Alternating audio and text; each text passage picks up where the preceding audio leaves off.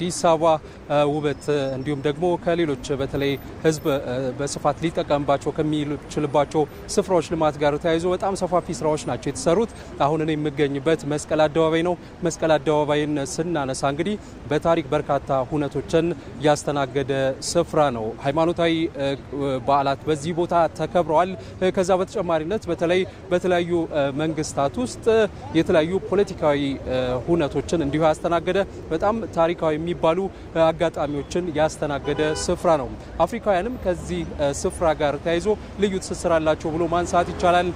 አፍሪካውያን በተለይ ለነጻነት በሚያደርጉት ትግል ውስጥ ኢትዮጵያ ከፍተኛ የሆነ ድጋፍ መስጠቷ ይታወቃል።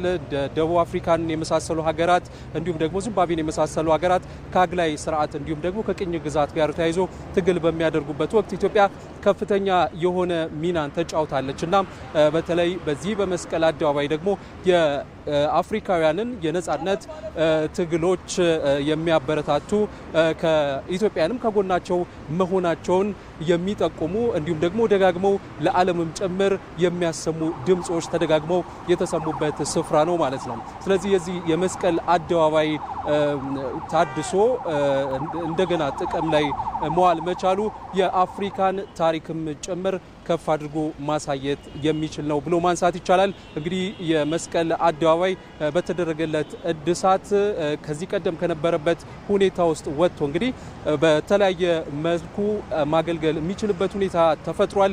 በአንድ ጊዜ በርካታ መኪናዎችን ማስተናገድ የሚችል የመኪና ማቆሚያ ፓርክን ጨምሮ ለተለያዩ አገልግሎቶች የሚውል የተለያዩ ፕሮግራሞች የሚካሄዱበት ስፍራ እንዲሁ የተዘጋጀበት ነው። ስለዚህ ይሄ እንግዲህ በተለይ በአፍሪካ ውስጥ የሚገኙ ከተሞች መሰል ቦታዎችን ህዝብ የሚሰበሰቡበት ብቻ ሳይሆን ሰፊ የሆነ ሌሎች ተግባራትን ማከናወን የሚቻልበት አድርጎ መጠቀም እንደሚቻልም ጭምር ምሳሌ ተደርጎ የሚወሰድ ነው ማለት ነው። ይህንን ተሞክሮ እንግዲህ የተለያዩ ሀገራትም ስለመቅሰማቸው እንዲሁ መረጃዎችን መመልከት ይችላል ማለት ነው። በአጠቃላይ እንግዲህ አፍሪካ ኢትዮጵያ በተለይም ደግሞ አዲስ አበባ አፍሪካን የሚመጥን የአፍሪካ መዲናነቷን የሚያሳይ እንቅስቃሴን እያደረገች ነው የምትገኘው።